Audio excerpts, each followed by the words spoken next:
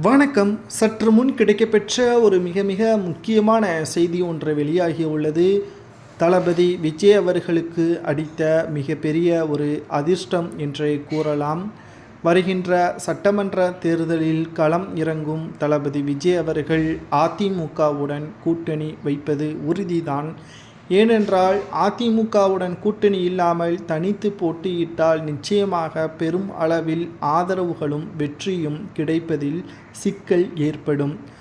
மேலும் விஜய் அவர்கள் எந்த தொகுதியில் நின்றாலும் வெற்றியடைவார். ஆனால் அவர் முகம் அனைவருக்கும் நன்றாகவே தெரியும். ஆனால் அவரது ஆதரவாளர்கள் வேட்பாளர்களாக களமிறங்கக்கூடிய நிலையில் புது வேட்பாளர்கள் மக்கள் மத்தியில் பரிசீலனை செய்யப்படக்கூடிய வாய்ப்புகளும் சந்தேகம் ஏற்படலாம். இதனால் துணை முதல்வர் பதவி கிட்டத்தட்ட எட்டும் தூரத்தில்தான் அமைய உள்ளது. அதிமுகவுடன் ரகசிய பேச்சுவார்த்தையில் விஜய் அவர்களுக்கு 84 தொகுதிகளும் வெற்றியடைந்தால் துணை முதல்வர் பதவியும் 3 அமைச்சர்கள் பதவியும் தமிழக வெற்றி கழகத்திற்கு கொடுக்க உள்ளதாக வாக்குறுதிகளை கொடுத்திருக்கிறார் எடப்பாடி பழனிசாமி அவர்கள். இது விஜய் அவர்களுக்கு அடித்த மிகப்பெரிய ஒரு அதிர்ஷ்டம் என்றே கூறலாம்.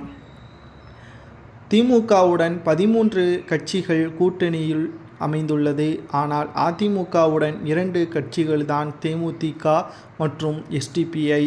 ஆனால் இன்னும் எதிர்பார்க்கக்கூடிய அளவிற்கு அதிமுகவின் செயல்பாடுகள் முற்றிலுமாக இல்லை என்பதுதான் உண்மை.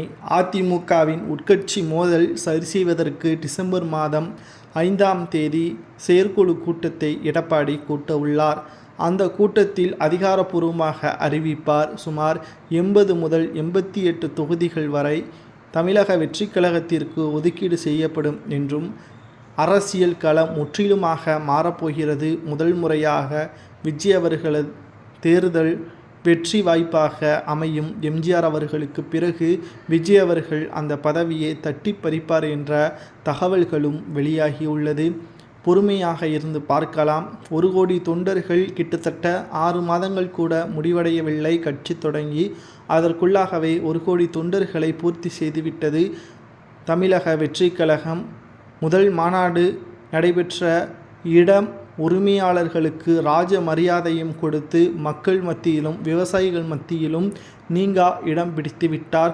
பலரும் குறை கூறுகிறார்கள், சினிமாவில் இருந்து வந்தவர்கள் எம்ஜிஆர் ஆகிவிடலாம் என்று. ஆனால் எம்ஜிஆரும் சினிமாவில் இருந்து வந்தவர்தான். மக்கள் அவரை ஏற்றுக்கொண்டார்கள்.